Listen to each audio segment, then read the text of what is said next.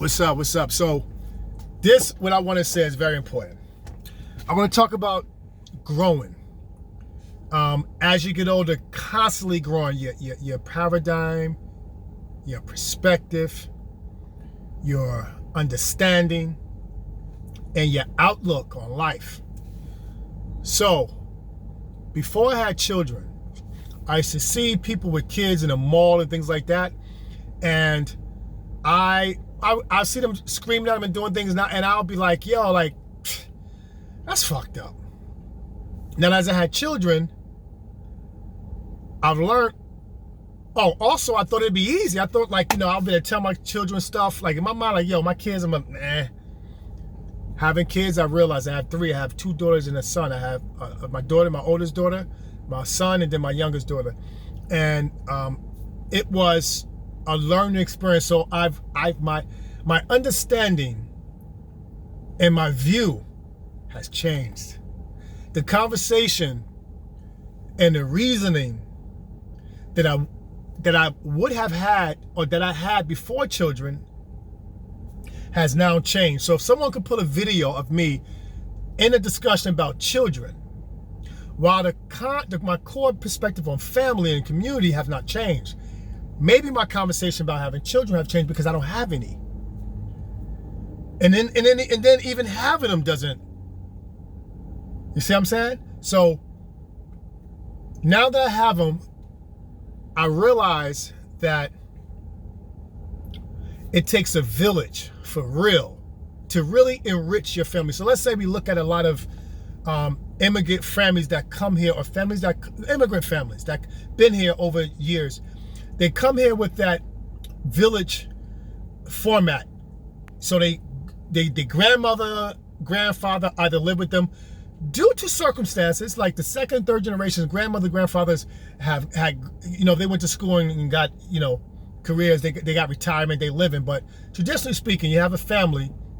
If you have your grandmother, your grandfather, or your older auntie or somebody living with you, they actually can help you raise your children.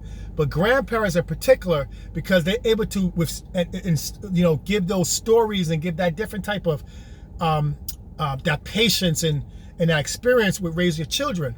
So I believe in big families, but also, without going into too many details, the point is I also realized that male children and female children are different.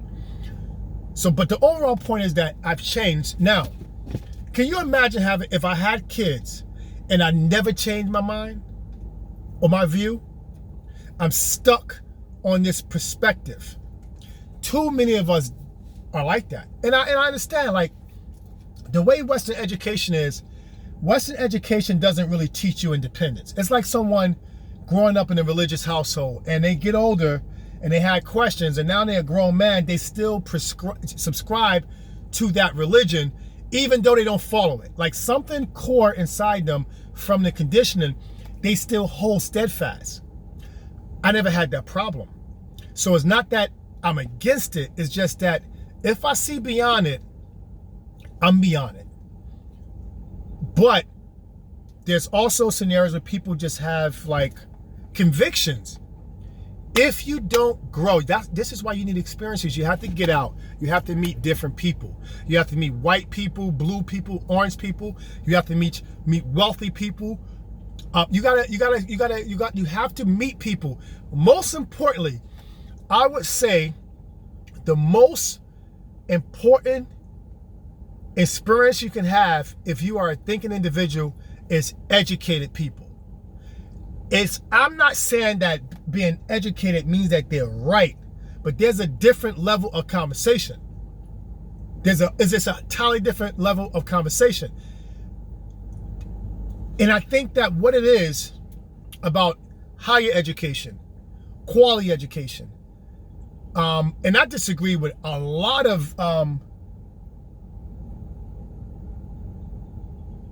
established theories and practice.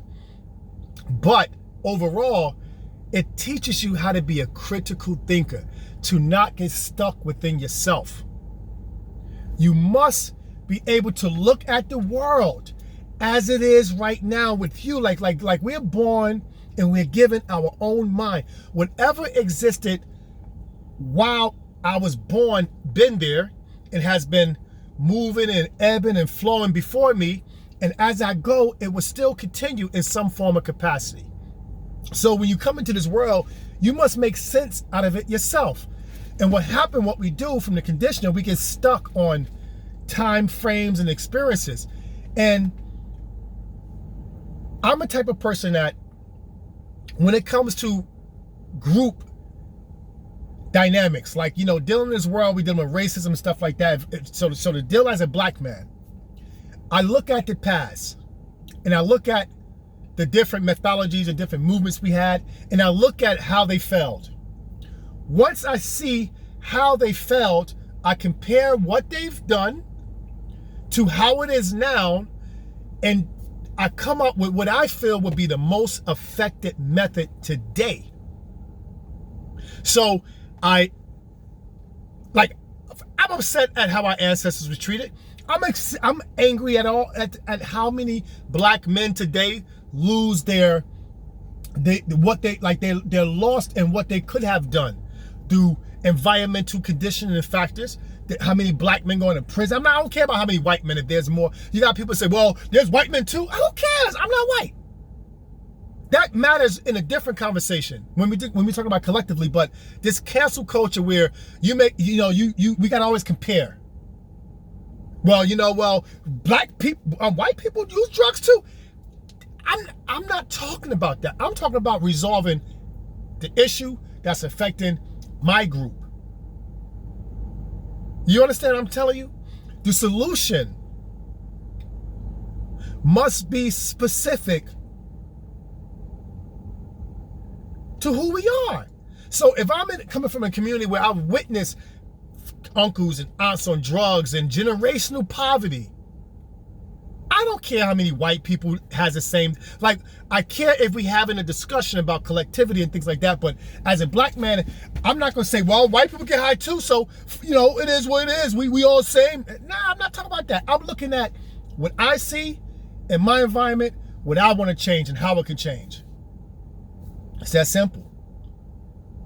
Can you imagine people living based on Jim Crow laws? Because there was Jim Crow laws, there are people who will occupy a part of their daily paradigm, and they will be thinking and operating and strategizing based on that. Jim Crow was here and it's gone, and we can debate about whether it's covert now.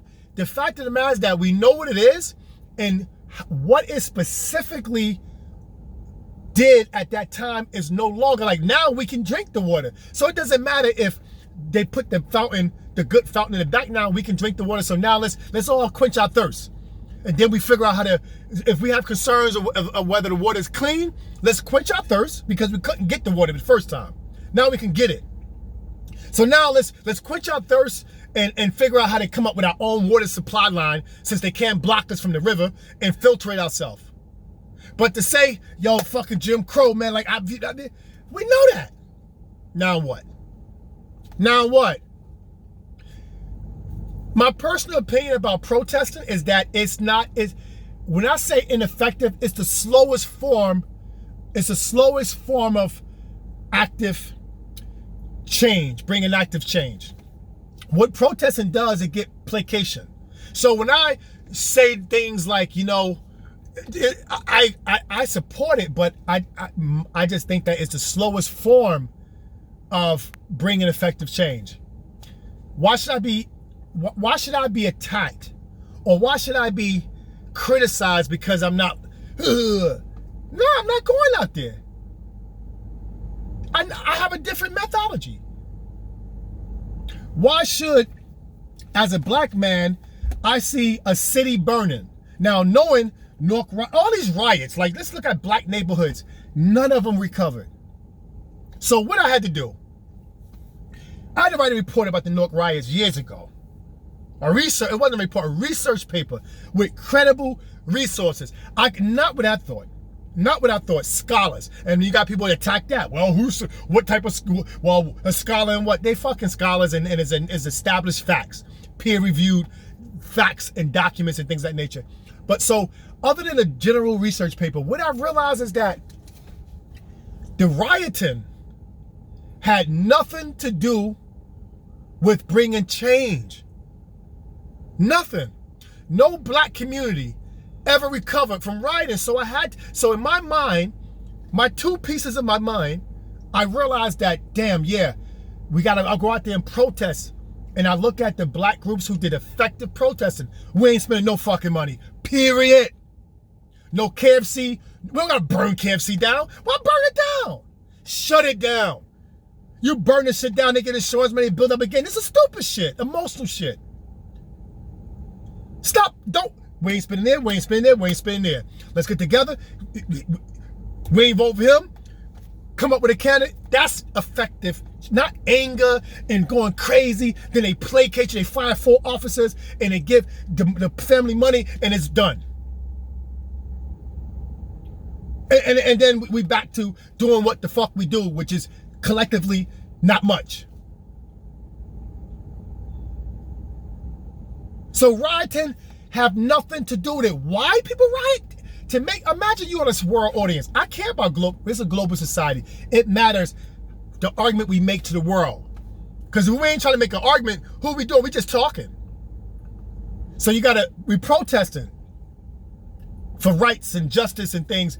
Yet, our community is getting burnt down, and the people who own the stores and the properties are getting burnt down and robbed and stolen. We get people TVs and radios and shit. So someone come on the TV and say, well, the reason we're doing that is because, blacks been disenfranchised for years, and we starving. Blacks, we've been criminalized, and they don't develop in our area. We don't have jobs, et cetera, et cetera, et cetera. And so what the fuck that has to do with bringing change? That you went into this man or this woman establishment, broke it down, your community stole shit, a TV, a radio, food, turning cars over, busting your own community down. What the fuck that has to do with change? So what argument we making to the world?